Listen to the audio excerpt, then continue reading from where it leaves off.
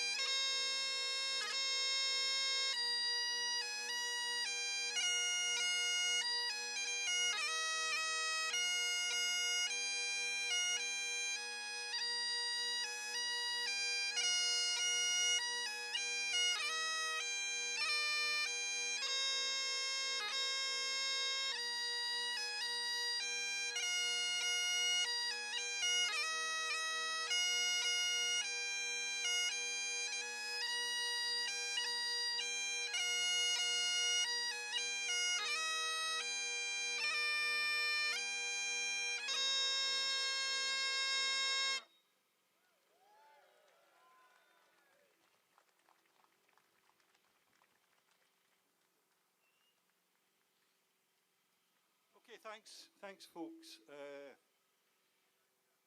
This year, this demonstration, it's not the first demonstration we've had this year. We had one in Glasgow about a month or so ago about the whole cost of living crisis. We've decided to theme up the demonstrations today. And today's demonstration is obviously about the issue of poverty. But we couldn't let the war in Ukraine go by without mentioning it. We couldn't let that event disappear into the background. All under one banner, without reservation, condemns the invasion of Ukraine by the Russian government and the Russian military without reservation, and we call on them to withdraw their troops. We support the right of Ukraine to self-determination, as we do support the right for Scotland to have its own government and its own country. We also, I think, have got to give a shout out to the solidarity movement in Russia, the brave people who are standing up to Putin in Russia, the anti-war movement in Russia. Quite a number of these have been arrested, but they're the brave people here, as well as the ones that are resisting the Russians. So shout out to the Russian anti-war movement. I think this war has highlighted a number of things, not least the threat of nuclear war. And never let's forget that Scotland is in the front line here. And one of the things we want to do is get rid of nuclear weapons out of Scotland. That's one of the things independence is about, getting rid of nuclear weapons out of Scotland and getting rid of nuclear weapons altogether. We also, as a country, welcome refugees to this country. We want to see the refugees coming, wherever they're coming from, not just from Ukraine, but from Afghanistan, everybody that's fleeing war and poverty and oppression. That's what we're about as well as a country. Refugees coming. Final point before I introduce my next speaker. This demonstration is about poverty. Paisley is a symbolic area in Scotland. Two of the poorest regions in the country are in Paisley, right in this constituency here. We should remember that. And let's be clear, this war that's taking place will ramp up the shares and the profits of the oil companies, of the armaments companies, and it will mean that the cost of that will be put on ordinary people. So the energy prices will go up, poverty will become worse, and it's important that we make a stand in solidarity with people and fight against that. And that's one of the reasons why we're having this demonstration today about poverty. Because we want Scotland to be a country in which people are looked after. They're not derided, but people are taken care of and supported. Okay, that's my few remarks, and I'm going to hand over now to our first speaker, which is local SNP councillor Kenny McLaren. Kenny, thank you.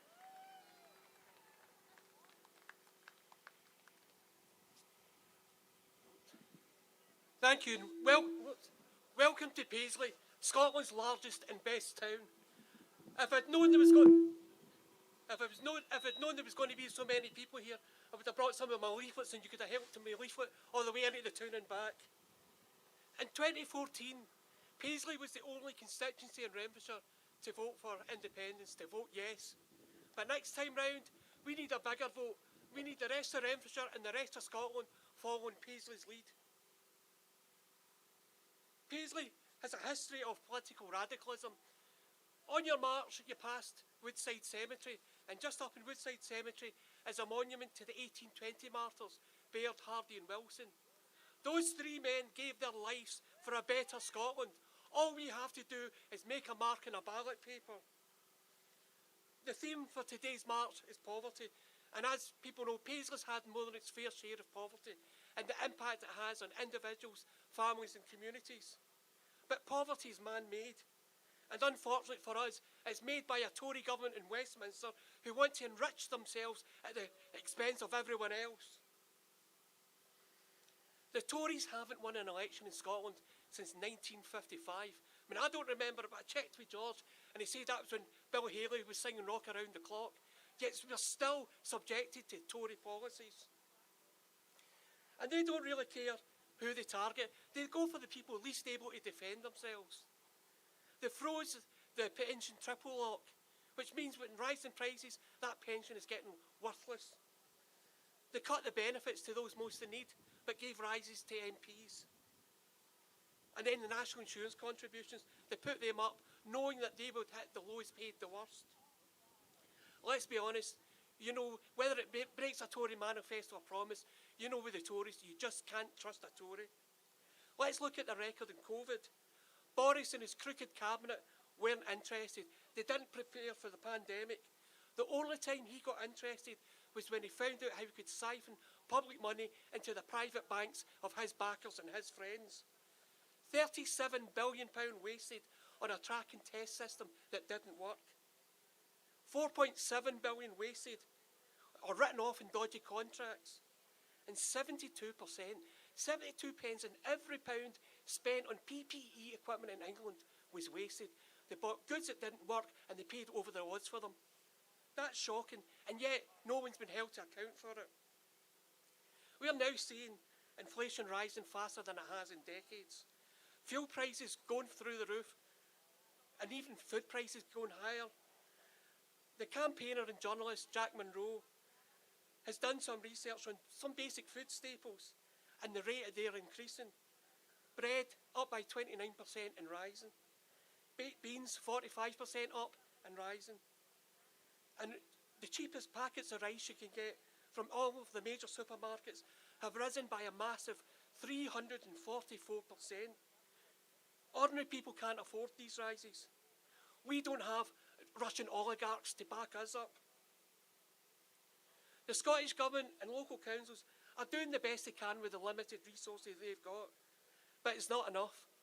The UK's purse strings are held in Westminster, and it's time the Chancellor and the Prime Minister pulled their fingers out their collective hole and started putting the people first.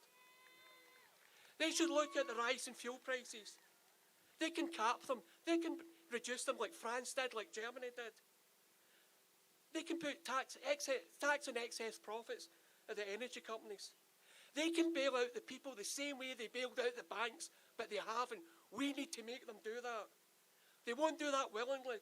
We have to put pressure on every single Tory. See, when a Tory candidate comes to your door for the council election, ask him how he's going to make the Tories listen to the people, and then don't bother voting for him anyway. So, there is poverty in Paisley. That much is obvious. There is in every community in Scotland. But there is no poverty of ambition. We want to make Paisley a stronger town. We want to see a more vibrant Renfrewshire. And most of all, we want to see an independent Scotland. I know some people have been reluctant to come out in public during the COVID crisis. But as long as you stay safe, take precautions, please join in. We've got to recapture the hope, the ambition, and the togetherness of 2014.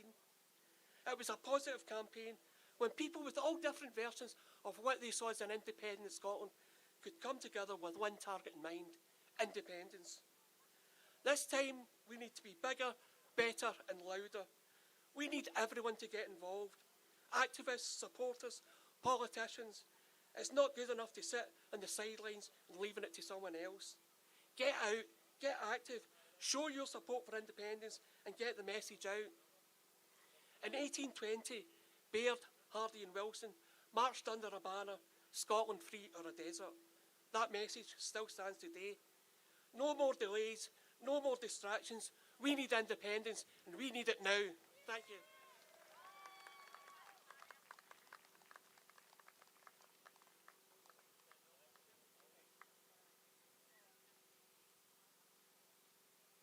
Just going to introduce the next speaker for you, and that's Angela McCormick from Stop the War Coalition. And Thank you very much. Lynn? Thanks, everybody. I'm an anti-war activist and a member of Stop the War Coalition in Glasgow, and like probably many of you here, over the last few years, we've had to take to the streets. And we know that for us as ordinary people, just like today, is the way that we come together, highlight the issues and get the voices across. So I thank you for the opportunity to address you today. And I want to thank Paisley for the lovely sunshine. Cheers. And I also want to extend my solidarity to all of those in Paisley, and I think it's really powerful to raise these issues of poverty, because like communities across Scotland, these are the stories, the issues that really don't get argued about enough, don't get highlighted enough. And I bring you a wee bit of solidarity for Postle Park in Glasgow. Can't help myself. So what I want to say is that as part of the anti-war movement to Stop the War Coalition, it's important that we stand up and we say no to the Russian war, no to the Russian invasion of Ukraine. We're here to demand that the Russian troops immediately are withdrawn. We see the bombardment, the destruction, the fear, the devastation of this Russian invasion. And we see also across the world how that has sparked sympathy and acts of solidarity with those currently suffering under this bombardment. Across Europe, across the world, people have taken to the streets in their thousands to oppose it. And tomorrow, just to draw your attention, tomorrow there's a global day of action that came out of a 2,000-strong online gathering of international anti-war voices. And they are calling for action tomorrow on Sunday, March the 6th. And these will take place across the world. And in Glasgow, if you're available, if you can make it, please join us at 12 noon in Buchanan Steps. I want today to send special solidarity to those Russian anti-war protesters, the people that we've seen immediately taken to the streets. They didn't question, they knew what was right, to oppose their own government, to oppose the warmongering of Putin. And they do so at incredible risk to themselves. Already we see repression increasing across Russia. People can face lengthy prison terms and sentences just for speaking out and just for standing up. So we send special solidarity to those people opposing Putin's warmongering.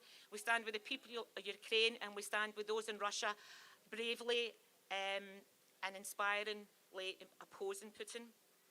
Putin's war is a threat to us all, because we can see as we watch the images that it's bringing us all closer to nuclear war. or nuclear accident. Either way, nuclear disaster.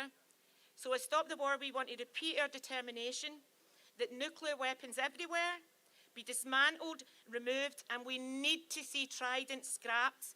Do you feel safe? Do you feel safer today knowing that Trident is a few miles up the road? That argument is gone, and we need to make sure that Trident is scrapped. And we can see, unfortunately, that this is a very real threat, threatening all of us. The hope has to be in Ukraine and around the world for a negotiated solution that maintains Ukraine's right to determine its own policies and government, absolutely free from military Russian aggression, and also free from threats or pressures or manoeuvring by NATO and its allies and in the US.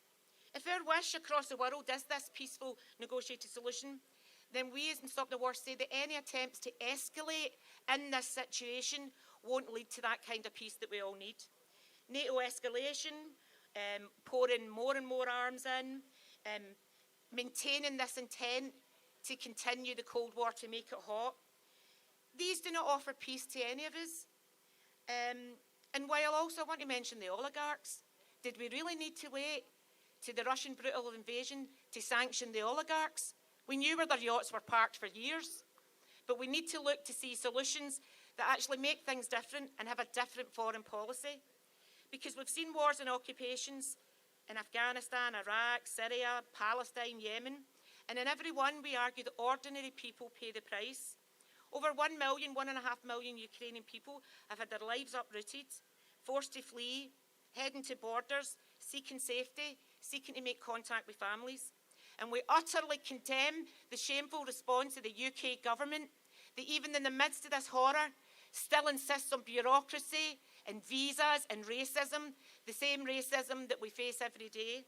So we say let all of the refugees in, waive all visas, give sanctuary to the people fleeing for the Ukraine, and give sanctuary to those fleeing from wars everywhere, whether it be Afghanistan, Iraq, Libya, Somalia, or Sudan. We need to welcome refugees, and we know that through our movements across Scotland, we know that that's a majority. We know that people feel that empathy, they see the plight, they want to extend that hand of solidarity. The final point I want to make is that when we see the turmoil and destruction, and we see the violence and aggression and military might, and we see the might of the mainstream media, okay, I know I don't need to tell you too much about that, but the pressure will be on all of us to lower our struggles, to lower our expectations, to continue to fight for better pay and, increased money for the NHS, increased money for education, and we need to insist that that's not the case. And that's why today's highlighting of poverty is so important, because often in times of war, they ask ordinary people to pay the price, whether they be in Ukraine with their lives, or they ask us to pay the price here to fuel that drive or to fuel that battle. We need to remember that just prior to this war, all eyes were in Boris Johnson's government being investigated by the police because they partied, they dined, they ate cake, they sang happy birthday, while during the COVID pandemic, families and communities were ravaged.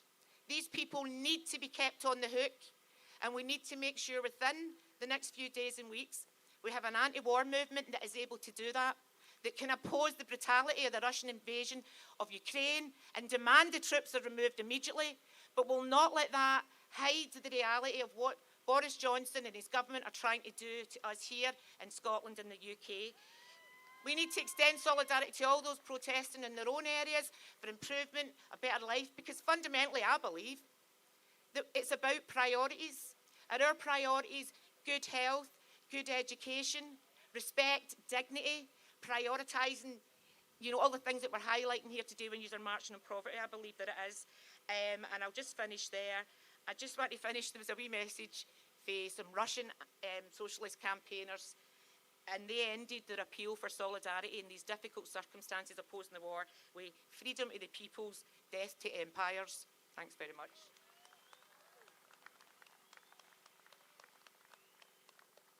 Thanks, Angela. Before I introduce the next speaker, I've got a couple of announcements.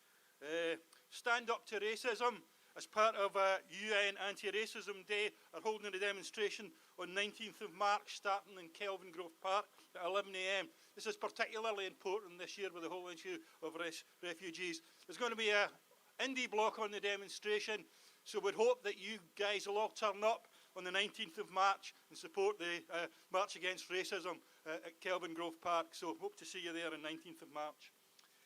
Second wee announcement is Mike Fennick is over at the Indie 2 Cafe collecting signatories for the Declaration for a Sovereign Scotland. So if you want to sign, go over to the Indie 2 Cafe and sign there. Okay, thanks.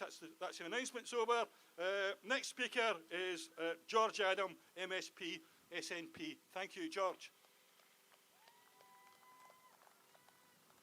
I think you're going to have to get the mic a wee bit bigger. Thank you. Thank you for that, and thank you for asking me to attend today's meeting and address this. You know, I'm Paisley's MSP. I was the first the parliamentary politician for the SNP in Renfrewshire, and I take that extremely seriously because, you know, we've always spoke about positive Paisley. Paisley has its challenges like many other places in Scotland, but it's mainly because these challenges are there because the union has failed Paisley and the union has failed Scotland. And I think that's one of the things we need to keep toiling everybody as we go out.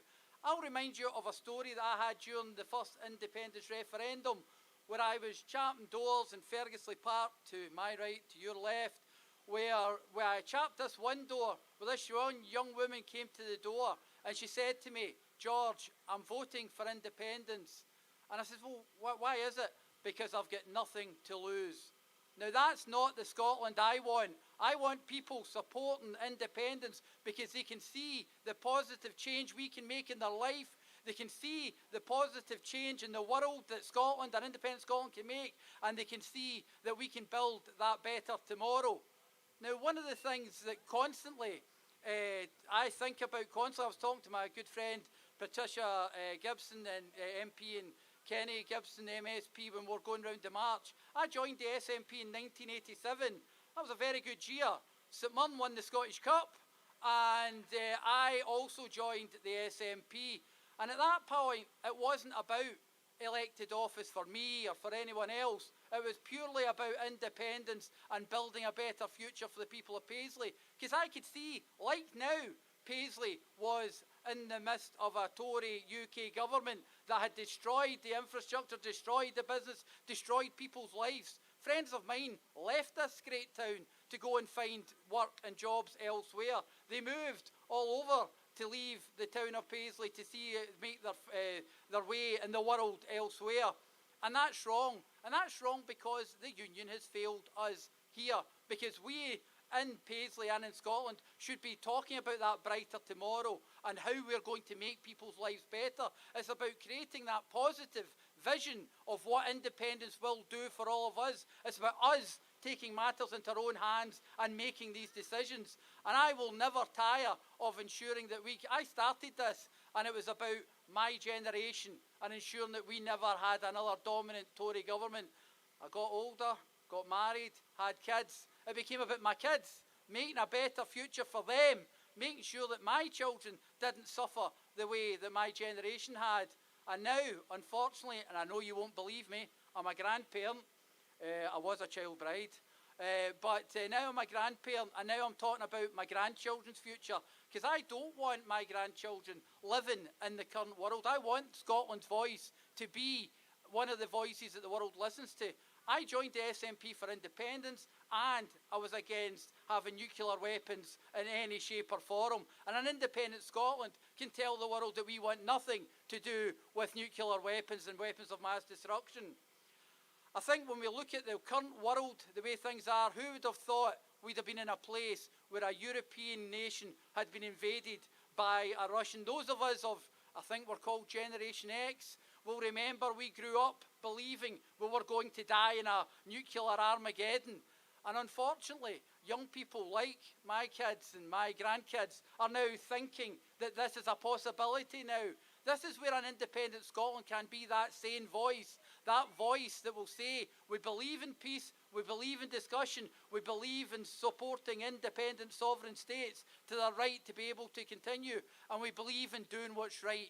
That is what an independent Scotland is all about to me. So yes, I will continue chapping doors. That's all we have to do, is convince people to put that cross in that box. I'll continue campaigning here in Paisley. I'll continue selling and pitching that message of how we can be a better nation and how we can lead the world and show the world what a small country like Scotland can be and what we can give. And first and foremost, for me, it will always be about independence.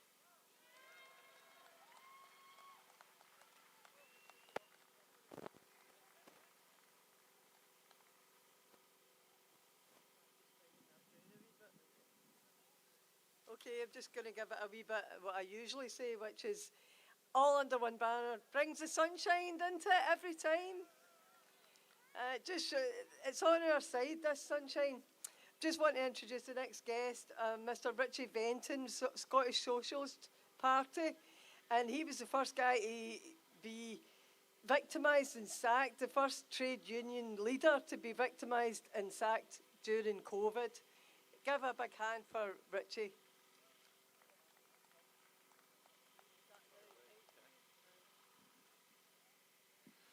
Thanks very much for the invitation to speak on behalf of the Scottish Socialist Party.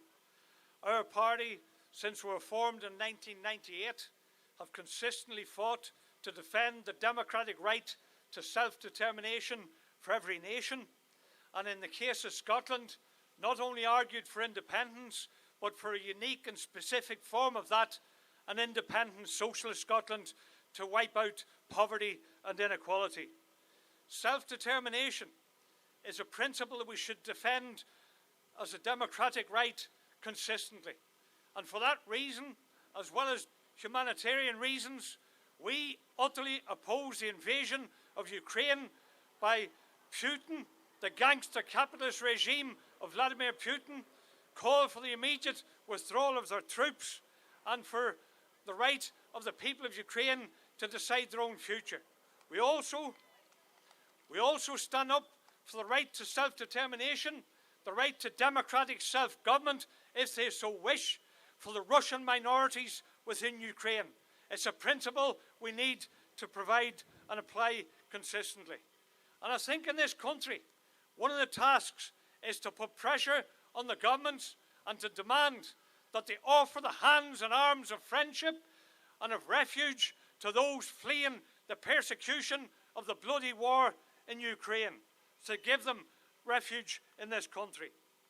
But whilst doing that, we should have no time for the stinking hypocrisy of Boris Johnson, of the West, of NATO and others when they prattle on about defending democratic rights. Because NATO is not a peace-loving, peacekeeping alliance.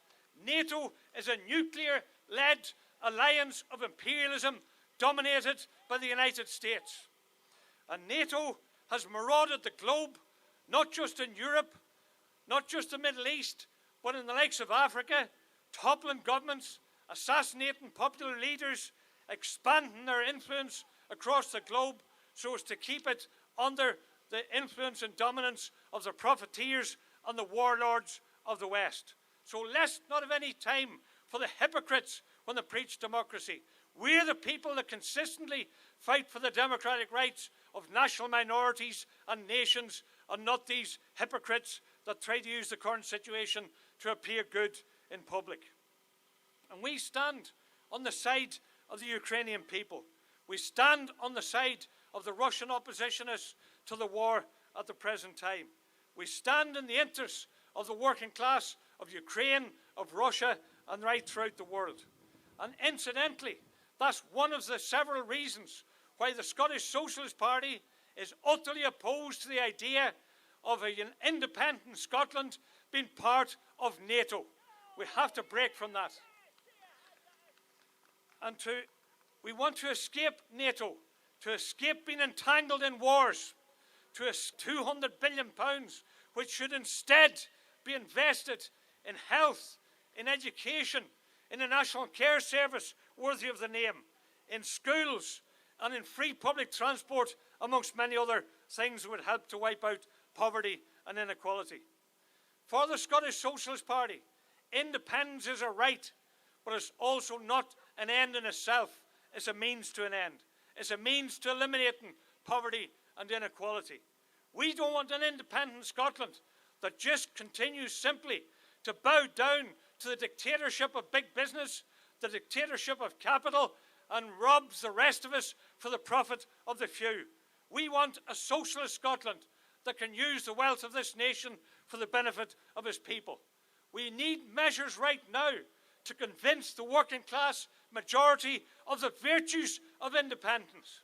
We need, for example, to tackle the crime of fuel poverty in this energy-rich nation by measures like the Scottish Government investing vast amounts in a retrofit of all the homes in Scotland, free of charge, free insulation, new boilers, draft-proofing and so on, to cut down bills and cut down global warming in this corner of the planet. And we also need, instead of selling off the wind power of Scotland for a penny, we need to instead demand public ownership of all forms of energy so as to cut out the profiteering, slash the bills and provide clean, green, affordable energy to every home in this country. And to convince people, we also need to demand things like a decent pay rise for every worker in Scotland in order to at least match inflation, which is rocketing, as we know. That applies to the likes of the council workers who've just been offered a derisory rise of 2%. It applies to the college lecturers. It applies to the women in Glasgow fighting for equal pay 52 years after the Equal Pay Act was passed in Parliament. And it should be underpinned by a minimum wage of at least £12 an hour for everybody at the age of 16 upwards. That's the kind of Scotland we need to tackle poverty and inequality. And we also need to bring in measures, in my view, to conclude, like free public transport to tackle poverty and pollution. Not parking charges when you go to work, like the government is threatening to introduce and local government is threatening to bring in. Not increased taxation on electricity bills and so on in a so-called green tax. We need free public transport to make it possible to wipe out pollution, poverty and social isolation. In conclusion, what we mean by all that is a socialist Green New Deal, the beginnings of what would be a socialist Scotland, independent of poverty, independent of inequality, independent of the rule of the Tories in Westminster. We need an independent socialist Scotland because if we're going to make poverty history, we need to make the rotten, corrupt system of capitalism history. Fight on.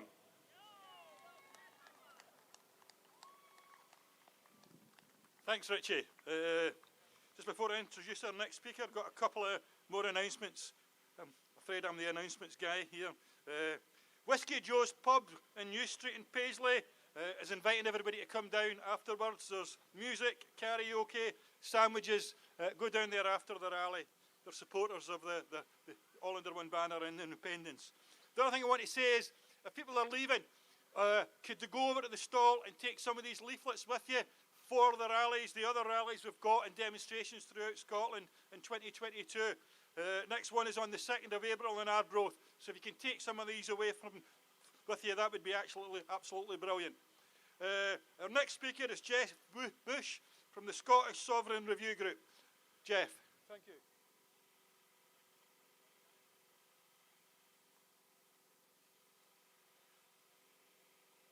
I'm going to talk about sovereignty and why it's vitally important. I'm going to talk briefly about poverty in Scotland and why independence is essential if we're ever to make a history. We've had a lot about sovereignty in the last couple of weeks. We're all urged to support the sovereignty of the Ukrainian people against the aggression of their big, unfriendly neighbour, roughly 3 times their population. The West is united and unanimous in its support for the sovereignty of Ukraine. The UK has loudly voiced its support for Ukrainian sovereignty, for the rights of Ukraine citizens to be an independent country, despite the colonial ambitions of its big neighbour. We Scots should support Ukrainian sovereignty in that country's hour of need. Of course we should. Our big brother is more friendly, at least on the surface, with more than 10 times our population. But it's not Ukrainian sovereignty that I want to talk about today. It's Scottish sovereignty. My sovereignty. Your sovereignty. The sovereignty of the Scottish people that I want to discuss. I'm a member of an independent think tank called the Scottish Sovereignty Research Group, SSRG for short. The group was formed just over a year ago and has about 25 regular and occasional members and contributors, including pro-Indy campaigners from both independence parties and none, wise old heads still involved in politics, current politicians, and a smattering of university professors from Scotland, France, and the US. SSRG is very active. We meet at least once a week. I'm going to tell you about the three main thrusts to our work. Firstly, 6 routes to independence. Yes, you heard that correctly. 6 potential routes to independence.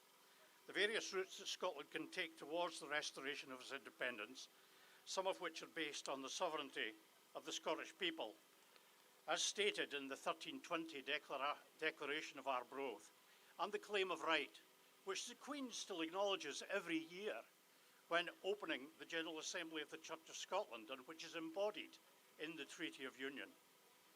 This proves beyond doubt that the people of Scotland are sovereign, not the Crown and Parliament, as the case is in England, but the people, you and me. Some of the 6 routes to independence are constitutionally hazardous because they specifically contradict the fact that the people of Scotland are sovereign. The very idea that the Scottish Parliament should request permission for a referendum from the UK Parliament completely contradicts the sovereignty of the Scottish people and implicitly acknowledges Westminster as sovereign. Secondly, the Constitution. The UK has no written constitution, which in effect means that the Constitution is whatever the Westminster Parliament decrees it's going to be from time to time. An independent Scotland will have a written constitution whose principles will be largely fixed. Thirdly, what should an independent Scotland look and behave like? What's the people's vision for Scotland? And how should the government be shaped in order to help deliver that vision? Questions like, what currency should we use? What should we do about the border? What should our legal system look like? Should it be separate from government? How soon should we establish our central bank? What will be its role in the economy? What should be the goals of our pensions, social security and education system? What ports and transport infrastructure do we need? On trade, should we join EFTA right away or wait another decade and join the EU? Who should own the land? Who should own Scotland's land? It's an extraordinarily ambitious set of activities that SSRG has. Maybe something that a government should be doing. Or maybe it's too important an agenda to entrust to government. Anyhow, they have our permission to tackle it as well if it takes their fancy. So how does SSRG plan to undertake this mountain of work? Well, by starting now to get the message out to the indie movement and enlist the strength and depth of the movement to share and develop the process, and in fact to own it. We'll undertake a series of 10 or 12 roadshows starting this month, where the first part of each roadshow will comprise presentations of the 6 routes to independence and discussion about the advantages and limitations of each. The second part of each roadshow will feature discussion on one of the key aspects of an independent Scotland. Participants in each roadshow will be asked to take away the routes to independence material to enable them to continue the discussion with their different groups. The series of roadshows and follow-up events are intended to lead to the generation and ingathering of ideas about routes to independence and visions of an independent Scotland, which will be brought together to inform the agenda of an independence conference in late summer. Okay. At the conference, the 6 routes to independence will be debated in a civilised way, and maybe a preferred route or set of preferred routes will emerge. The 10 or so key aspects of the vision for an independent Scotland will also be discussed, led by panels of acknowledged experts in the various fields, but highly influenced by contributions from folk.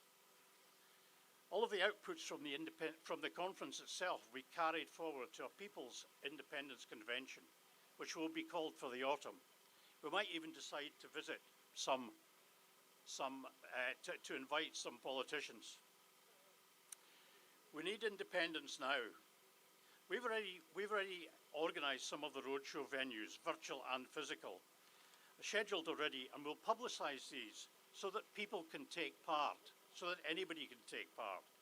But if you want us to put on a live or virtual roadshow for your own organisation, then just come and talk to me here or look on the SSRG website. Thank you for listening, and please take part in SSRG's roadshows. Have your say about the future of our country. Thank you.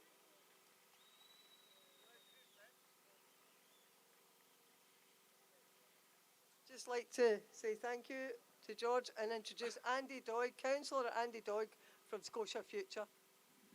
Thanks very much. I'd like to thank all under one banner for inviting me here today. I'm Councillor Andy Doig. I'm a councillor in Renfrewshire Council, and I'm here today to represent Scotia Future, which is a pro-independence party that wants real independence and a Scotland of equals. My good friend Kenny McLaren mentioned the 1820 memorial that we passed at Woodside Cemetery. Their slogan was Scotland free or a desert. And I'm very proud to represent the descendants of the radical weavers of Kilbarchan and Lochwinnock who I represent today on Renfrewshire Council. The weavers of Renfrewshire were the backbone of the radical movement in the 18th and 19th centuries in Scotland. And I just wonder today, what would the 1820 martyrs think about the world situation? Well, I think their message today would be quite strong and quite simple. I think it would be Russia out of Ukraine and Scotland out of NATO. Russia out of Ukraine and Scotland out of NATO. Because NATO is not the answer for either the Ukraine or for Scotland. Because NATO should have considered how eastward expansion would be viewed. If you listen to the man who did more to try and bring Russia into the democratic age, Boris Yeltsin, said in September 1993, the spirit of the Treaty on German Reunification precludes the option of expanding the NATO zone into the east. This does not excuse the hellish occupation of Ukraine by Putin, but it does explain how he's used that and twisted that fact to lie to the Russian people. And we have to expose that. Now, there's some in the Yes movement believe that an independent Scotland has to be in NATO because we need to do that to be a responsible world citizen. Now, really, is that really the only route we have to take? Are the Finns, the Swiss, the Irish and the Swedes irresponsible? No. Do they take part in UN peacekeeping missions? Yes. And so would an independent Scotland.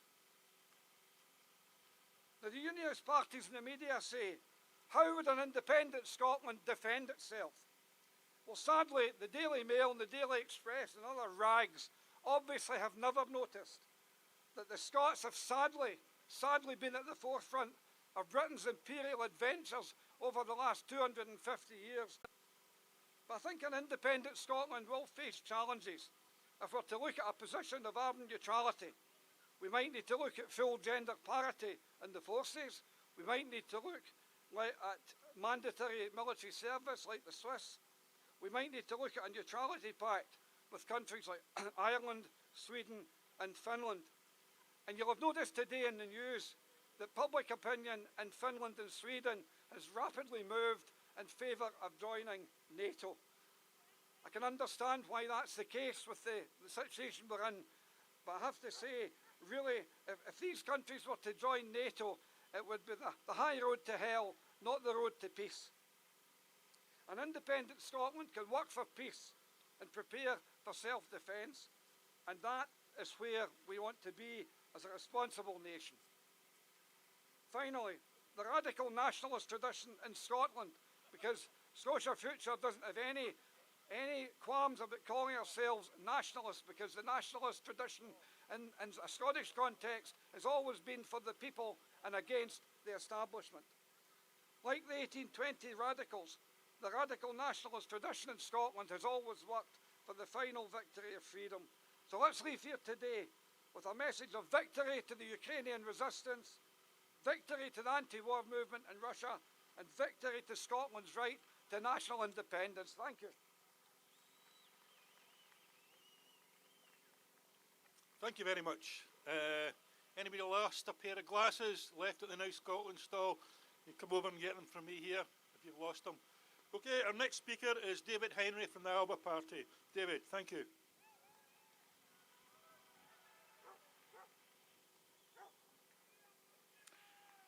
Hello. It's wonderful to be in front of a crowd that actually supports independence. And indeed, I'm with the AUOB party. And not only do we want independence, and not only will it be the start of Scotland's rebirth for the benefit of everyone that lives here, new Scots, old Scots, our friends, our neighbours, we are here to build a better future. The little bit of breeze that we can feel, that's Scotland's energy. It's free. It hasn't gone up in price. So why are our energy bills going up? They're going up because England didn't invest in its energy production.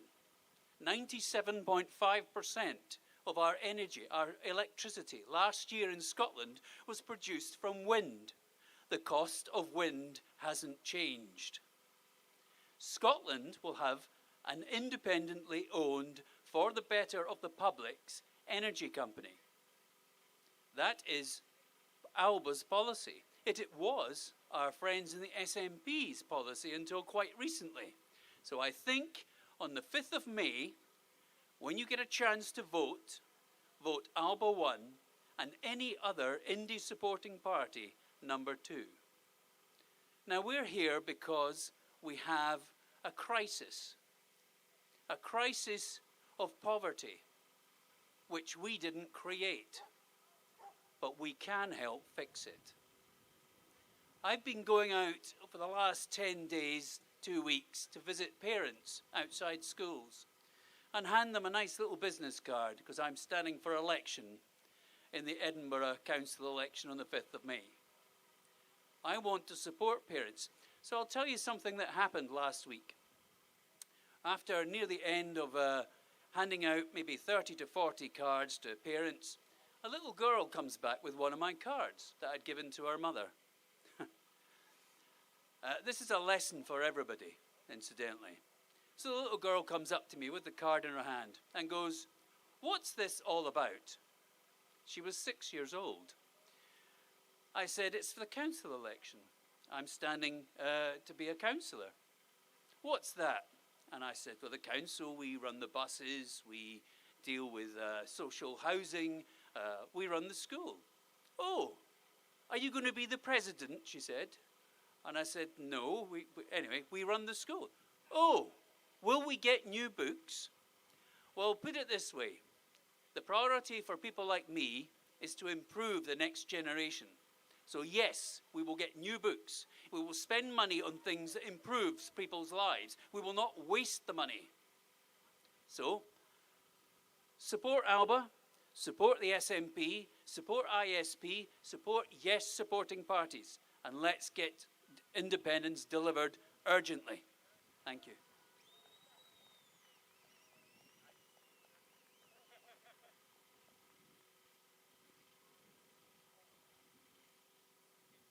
Just up to introduce the next speaker, who is Rory Anderson, a Unison activist, for Social Work Action Network.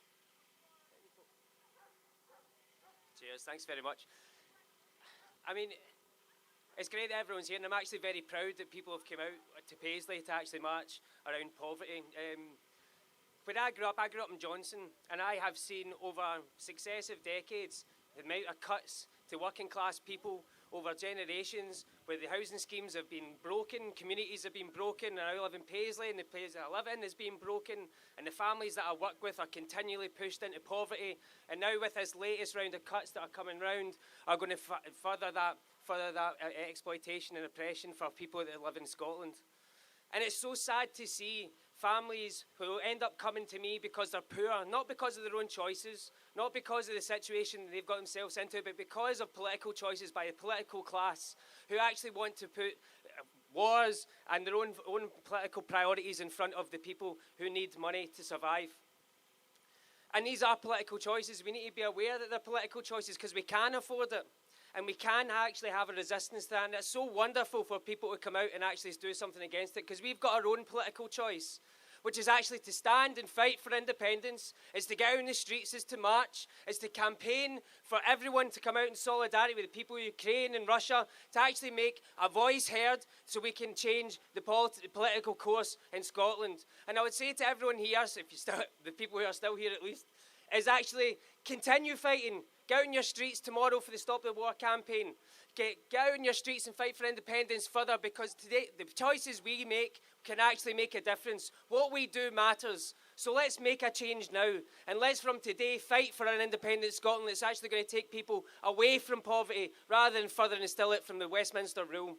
I think today we have to understand that it's not just about Scotland becoming independent. Actually, I think we have to fight for politics now that will change the course of what independence looks like. That means fighting racism, it means fighting against poverty, and it means fighting against a political class who could come into power in Scotland. Let's not be aware of that and actually change the course of independence and put our politics in place. I'm going to keep it short and sweet because I quite like the sun, and it's a rare time you get sun in Paisley. So everyone have a good day, but from tomorrow, from today, and from next week, go out, fight for independence and fight for solidarity of the working class around the world. Thanks, Rory. Maybe we should ask somebody to write a song about sunshine on Paisley rather than sunshine on Leith. Anyway, the next speaker who knows very well the issue that refugees and immigrants fleeing oppression know about, and that's Mohammed Asif from the Afghan Human Rights Foundation. Mohammed.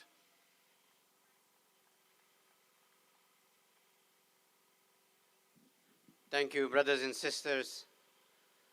Firstly, on behalf of my family and the family of independence, let's send our support and solidarity to the people of Ukraine.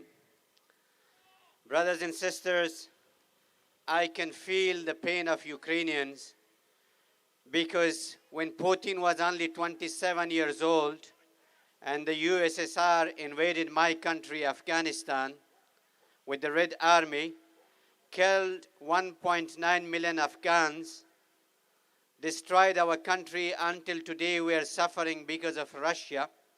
So when I see the women and children especially running for shelter from Putin bombs, it reminds me of my childhood when we did the same, running away from the Russian bombs. But brothers and sisters, there is a hypocrisy with the Western world. I saw Boris 4 days ago calling Putin a war criminal. No doubt about it, Putin is a war criminal. He's a mass murderer.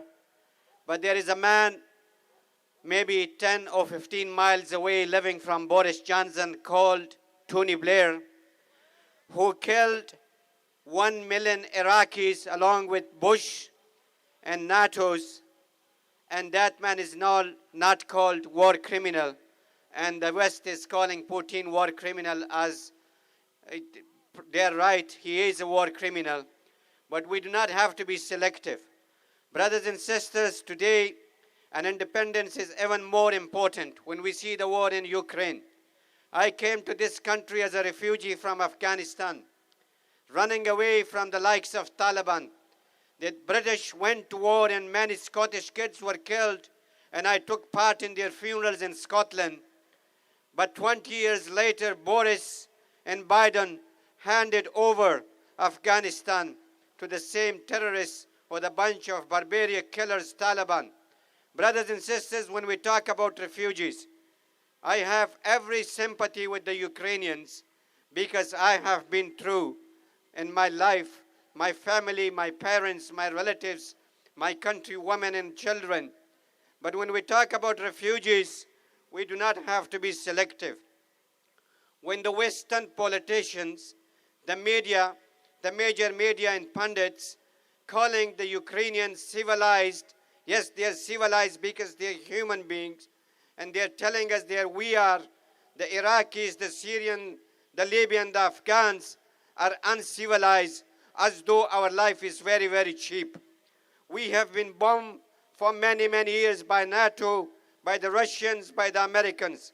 Brothers and sisters, we need an independent Scotland which says no to illegal wars, which says no to illegal invasion, which says no to nuclear weapons, which says no to Trident, which welcomes everybody like myself who is a new Scot, although I'm getting old in this country now. I have been here for 22 years. But brothers and sisters, Britain should open their borders to any refugees.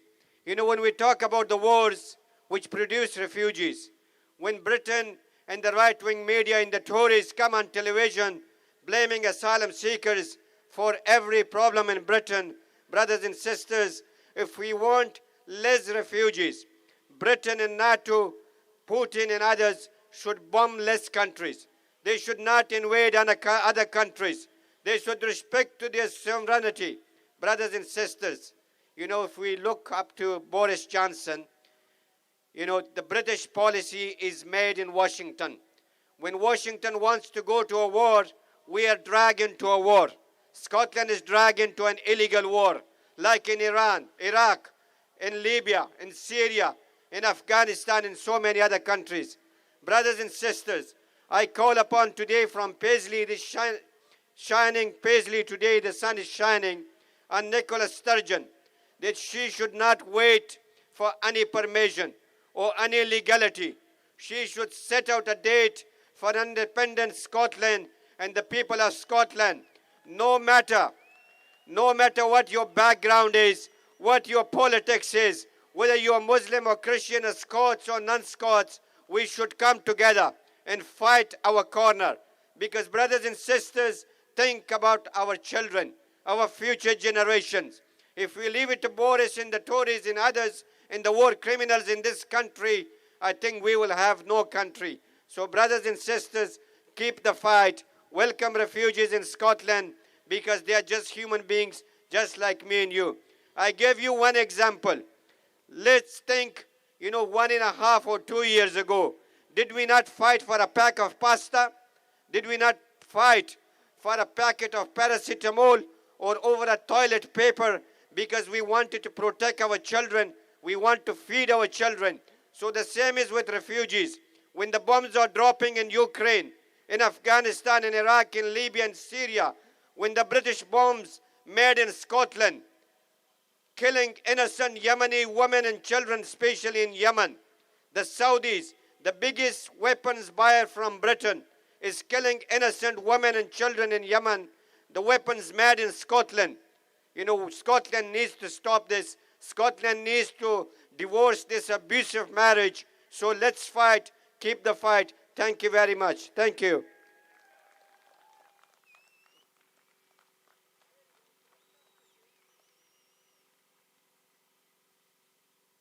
Just to let you know, we've got our final speaker coming up, and this is a speaker from Now Scotland called Charlotte Ahmed.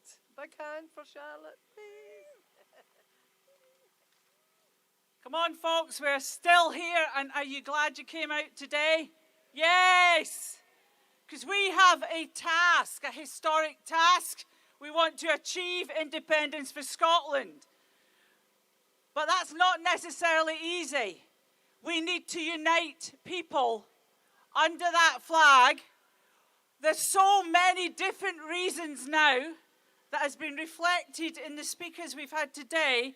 So many different reasons why we urgently need independence. This is a time of war and poverty. If those of you who know a little bit of history will know, in times of war and poverty, people, ordinary people, people of the grassroots have to revolt. They have to organise and get into the streets and say to the rulers, no, this is not going to continue. We want to organise things differently, as if people matter and not billionaires. How many of you feel any safer in the conditions of the world today because there is nukes at Paisley? None of us are safer because they are there, those abominations. Get rid of those weapons. We've been saying it for long enough, and yet they are still there. So how do we build this independence movement to get rid of them and to get rid of the system that keeps them there? I want you to go back to your communities, to your streets, to your workplaces, to your families, to your trade unions, and say, we need to be part of this fight for independence. And thanks to All Under One Banner for reminding us that one of those tasks is to get out into the street. And as you know, there are several demonstrations. Get this leaflet. You might not be able to go to all of them, but let's get to some of them and let's make each one bigger than the last. Next one is our Broth on the 2nd of April, and then the 14th of May in Glasgow. And I hope there are tens of thousands of people there, because we need to fight. Our leaders have had the chance and they've blown the chance. Let's mobilise this movement against war, against nukes, against poverty, and for independence in Scotland. See you in our Broth in Glasgow. Thank you for coming, and keep up the fight. Thanks, Charlotte. She's really ended the demonstration for us saying a few things I was wanting to say, so I'm not going to labour the point. The only other thing I'm going to say here is that, remember the Indie Block on March the 19th in the March Against Racism. Join us in that march. Get part of the Indie Block. Okay, thanks for coming, folks. See you in Arbroath. See you in March 19th. Thank you.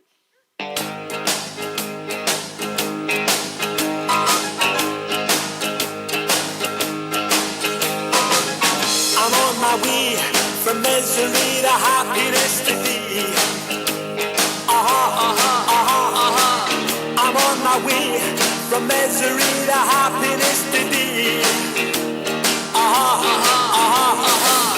I'm on my way to what I want from this world. And years from now, you'll make it to the next world. And everything that you receive up yonder is what you give to me today. I wonder. I took a right turning yesterday. Yeah, I took a right turning yesterday. I took the road that brought me to your hometown. I took the bus to streets that I could walk down. I walked the streets to find the one I looked for.